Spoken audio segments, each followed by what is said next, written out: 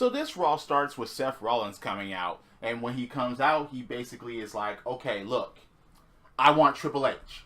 Give me Triple H. But,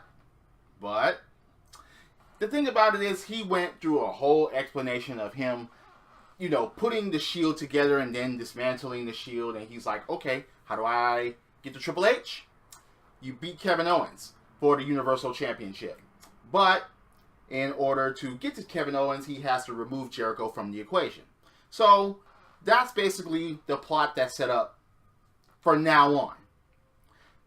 This is most likely going to lead up to Seth versus Triple H at WrestleMania, because it's been rumored and it's been hyped up, and then with the whole Universal Championship crowning of Kevin Owens, that's what basically this has been building up to, and that's most likely where it's going to lead to. But speaking of Kevin Owens, he comes out and he's like, all right, look. Talks about Chris Jericho. Talks about the events of last week. Talking about best friends fight. And he tries to give lessons to Seth Rollins about friendship. Sami Zayn, anyone? Remember, they were best friends, and yeah. Talking about Seth Rollins doesn't have any friends. It's like, wait a second, motherfucker. Look at what you did to Sami Zayn. Yeah, okay. And he says that he got presents for Jericho. Presents for their friendship. Okay. First of all, he got Jericho a title shot against Roman Reigns for the United States Championship. A championship that Jericho's never had, by the way. Then the second was he got Jericho versus Rollins at Roadblock End of the Road. And then the third, he's like, all right, this is my third present. And it's your opponent for the night, Seth Rollins. The Big Show. Ugh. Is Big Show still relevant at this point? Is he? I don't see any relevance with the Big Show. So, Big Show versus Seth Rollins. And it ends in a count out, Big Show getting counted out because Kevin Owens was basically being a fucking cheerleader outside of the ring, trying to cheer everything that Big Show was doing to Seth Rollins. But Big Show got tired of it and then just was like, alright, yeah. Basically grabs Kevin Owens and had a tough time getting him up for the chokeslam from outside of the ring to inside of the ring. And Big Show was just like, here you go. Hype, dozo. Here. And Big Show just walks away, giving Seth Rollins a free pedigree to Kevin Owens. It's just, anyway. Damn, Jack Gallagher. Against Avara Davari. Jack Gallagher, is he the third VOD villain? But anyway. Short and sweet cruiserweight match with Jack Gallagher winning. And after that, he basically goes for the handshake and Davari attacks him. You see, that's the thing about this sportsmanship of the cruiserweight division of shaking hands before and after the match. Yes, is that the only way motherfuckers can turn heel now? Instead of having prior history as a heel? No, he just basically turns down the handshake after the match and just attacks Jack Gallagher. And it's like, come on. You could have done way better than that as far as having someone as a good guy or the bad guy during or even after the fucking match. I don't approve of that. I just don't. I don't like that handshake shit before or after the match. But anyway, after that, Kevin Owens basically goes and bitches to Mick Foley about what happened to him earlier, you know, courtesy of the Big Show, and getting a pedigree by Seth Rollins and saying that they should cancel his match with, guess who? Sami Zayn. Mick Foley was like, no, match is still on, and walks away. And then Jericho shows up.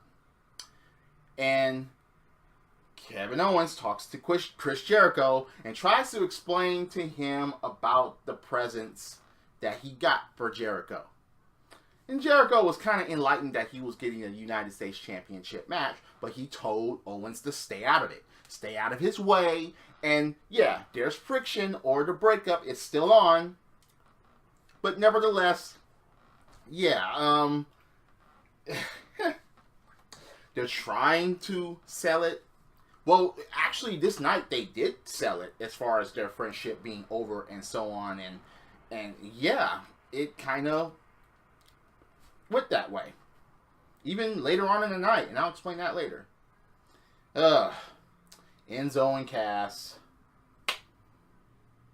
spectating Rusev and Lana having an argument.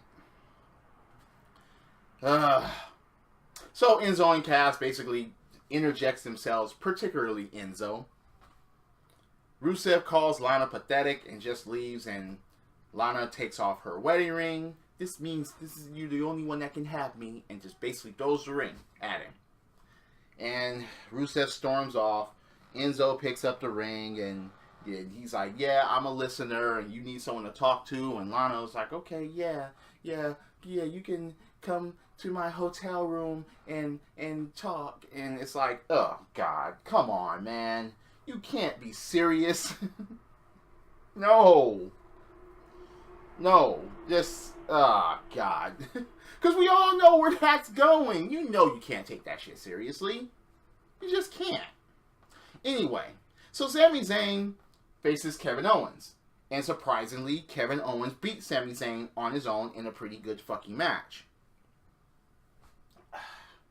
Even though Sami Zayn hasn't been really relevant or winning for a long time now, and it's kind of sad at this point, but it was a pretty fucking good match, and I think that Sami Zayn should just... There's gotta be some elevation with Sami Zayn as far as his career pretty fucking soon. There's gotta be that. But anyway, pretty good match. I will go as far as saying the match of the night. Sami Zayn versus Kevin Owens. It wasn't for the Universal Championship, but it was a good match nevertheless. So, Jericho is in the back getting ready, and Roman Reigns pops up. Roman Reigns basically is like, yeah, talk about the U.S. title match that they're having, and talking about, hey, Jericho, wait, don't you have paint on your forehead, on your face? And Jericho's like, no, I don't. No, I don't. Because of the pedigree on top of the car last week by Seth Rollins. And it's like, all right, yeah. And he actually mentions that he was doing the dirty work for Kevin Owens, trying to soften him up before Roadblock. And it's like, yeah, okay, fine. So, you have Sasha Banks that has a backstage interview, and she's already a 3-time champ within, what, 3 fucking months? Up to the hot potatoing between her and Charlotte? I mean, come on, man. You guys can do better than that. So, but she wants to be all and end all, and guess what? At Roadblock, they want to make history again. So now, it will be Sasha against Charlotte in an Iron Man match. Why did Sasha say Iron Man match instead of Iron Woman match from the get-go? As far as saying that, because she said it later that she was the Iron Woman, but why didn't you just call it an Iron Woman match? Because there's going to be 2 women in it. Fucking, if you're going to try to make this a revolution or anything like that, then just call it an Iron Woman match. And it's only going to be for 30 minutes, but I digress on that because you've had 30-minute matches before. Make it an hour. Make them go at it for an hour. Why fucking not? Look, shit. That'd probably be match of the night regardless. But anyway, you had Rich Swann, who is the Cruiserweight champion, by the way. He beat Brian Kendrick at 205 Live. And it's like... So you have that show, and you also have the Cruiserweights exclusively on Raw. Someone try to explain that to me. But anyway, he goes against T.J. Perkins, and he actually beats T.J. Perkins in a non-title match. So it's like, okay. And Brian Kendrick is going to get his title shot at 205 Live. Yeah, he wanted to invoke his rematch. Rich Swann better not lose that shit within a week. That would just be like, what the fuck, you know? So you just give him the belt because of the fucking premiere of the show, and then you're just going to have him cough that shit back up. Fuck with the hot potatoing of titles. That's one thing I just do not fucking like. If you're going to have a champion, then have a champion, you know, for a range at least a couple of months. Don't hot potato that shit every week or 2 weeks. That devalues the fucking championship. It does. And while you're champion, you perform, you defend your fucking title, and you do that shit in good fucking matches. That's one of my biggest pet peeves about WWE. Seriously, it's just, no, Rich Swann better not cough that fucking belt up. He better not. So, Bayley goes against Alicia Fox. What, is Alicia still relevant at this point? Be honest. Look, no. If Alicia would have beat Bayley, I would have been like, damn, what the fuck? Who the fuck wrote that shit? Now, no. Bayley to Bayley and vanquishes Alicia Fox. Anybody surprised? I'm just, no, come on.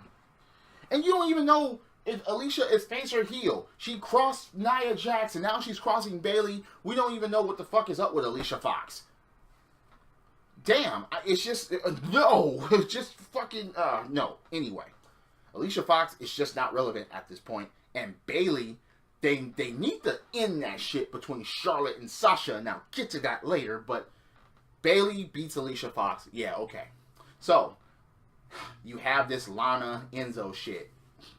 Lana sends Enzo a text, even though they had a conversation of, Enzo and Cass has a conversation as far as saying, no, you know, my mind's telling me no, but my body. Yeah, Enzo went there. Enzo went R. Kelly. Enzo went there, and it's like, come on. So Lana sends him a face text, a selfie, and that basically convinces Enzo to go after her and pop in Rusev to say to Cass, you know, where's my wife? Where's my wife? I don't know. It's not my business. Yeah. I talked to Foley. Yeah, you meet me in ring tonight. And Rusev crash. I could see what's next coming a mile away, but there's a certain positive to that, and I'll get to that in a bit. The negative and maybe the positive of the night, Mark Henry squashes Titus O'Neil. And I mean squashes. It was just a World Strongest Slam and that was it.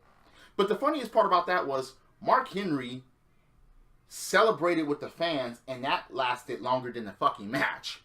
Him celebrating with fans lasted longer than the match he had with Titus O'Neil. Hilarious. And I remember that JBL was trying to boost up as far as saying Titus O'Neil is a future world champion. Not with a performance like that. No. Sorry. He's not going to be, nope. Not convincing. Just no. Millions of dollars. No. Not convincing at all. No.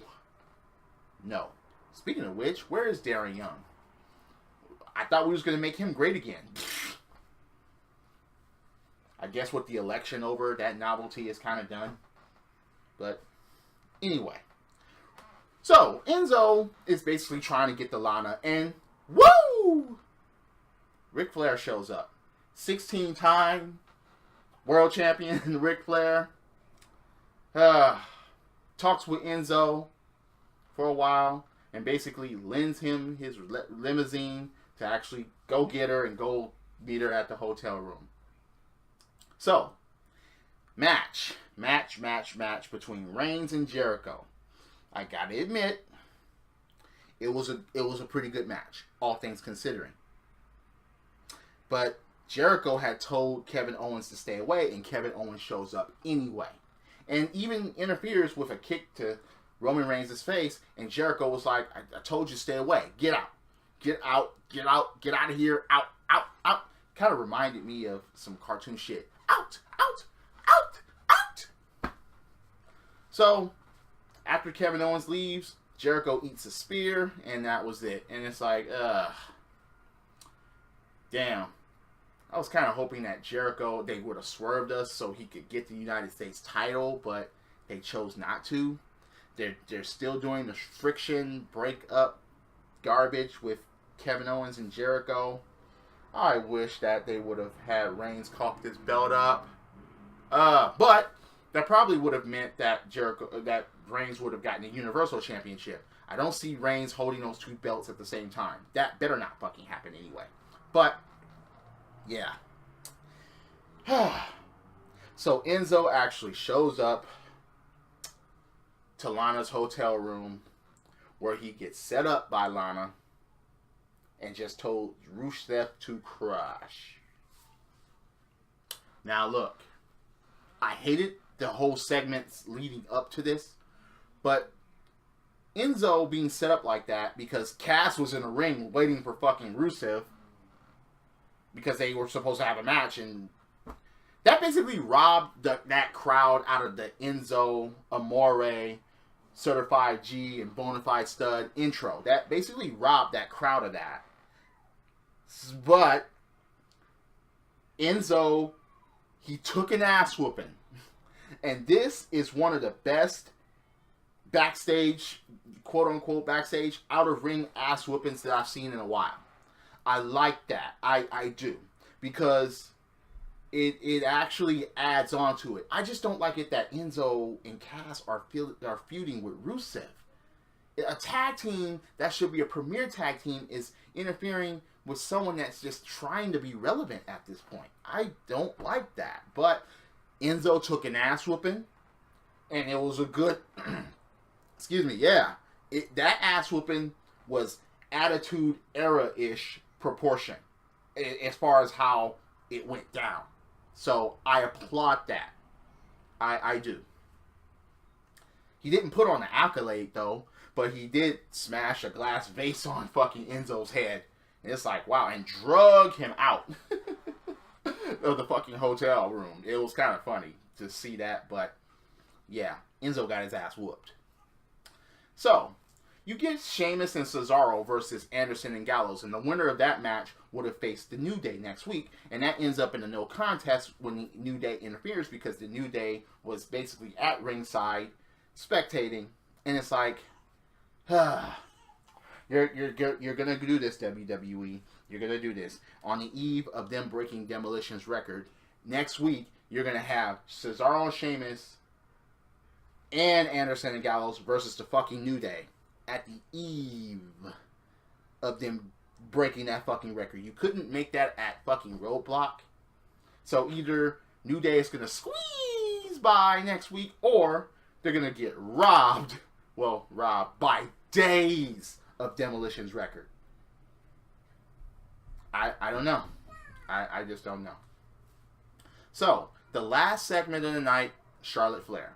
And Charlotte says that she made the biggest mistake of her life, and so on and so forth. And they showed footage of what happened months ago with her and Ric Flair, and her saying get out of the ring, and she wanted to apologize and make amends with her father. And then Ric Flair comes out and she slaps Ric Flair and was like, "Hey, I'm your daughter, da da da da da," even though she's the one that disowned him, but she was trying to play the fucking victim of that, which was garbage to me. Next thing you know, Sasha comes out, and Sasha gets her ass whooped, and her ass whooping basically closed the show. So, there you have it. You had two good ass whoopings that night, and you actually had two fucking good matches. The Cruiserweight champion, it wasn't a championship match, but the Cruiserweight match wasn't all that bad between Rich Swann and AJ and TJ Perkins. But all in all, I just hated some of the backstage segments. Even though I liked the whole friendship breakup thing between Jericho and Kevin Owens. But it's like they tried to emphasize that way too much. And Jericho, it's like, no, I don't want anything to do with you. I don't need your help, and so on and so forth. So, yeah, you had ass whooping. You had a roller coaster ride of certain emotions. You had your little comedy in and there, here and there. It was funny because as soon as Enzo saw Rusev and Lana in that hotel room, and Enzo's like, "I'm not into this sort of thing." He tried to sneak that joke in there. No, it basically went over the crowd's head. Or they didn't hear it, or they were just like, "Oh, you're about to get your ass whooped," and they just didn't pay attention to the joke. But all in all, they're trying to hype up Roadblock Into the Road, and it's just no. I don't know. Not to say that this was their worst show, but it definitely doesn't qualify to be the best. Tell me what you guys think in the comments. Did you like this show, or was it like, I mean, yeah, WWE once again, needs to step it up, and they need to do it. They just need to they just need to fucking do it. I mean, they have all the tools. They do. They just need to push the right talent. Drop kicks, body slams, throwing motherfuckers over the top rope. Both feet hitting the floor. Yes, I'm a wrestling fan. This is the theme, and I'll see you later. Credits.